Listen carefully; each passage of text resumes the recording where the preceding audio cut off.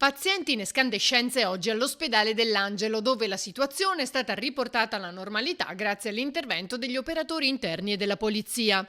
Due gli episodi che si sono verificati. Il primo ha visto protagonista un friulano in evidente stato di disagio accanirsi prima su alcune installazioni nel piazzale esterno dell'ospedale con atti vandalici nella hall del nosocomio, dove ha tentato di dare fuoco al suo giubbotto. È stato fermato dagli operatori interni e dagli agenti di polizia. L'uomo tra l'altro aveva rubato uno zainetto e un cellulare, restituiti poi al proprietario.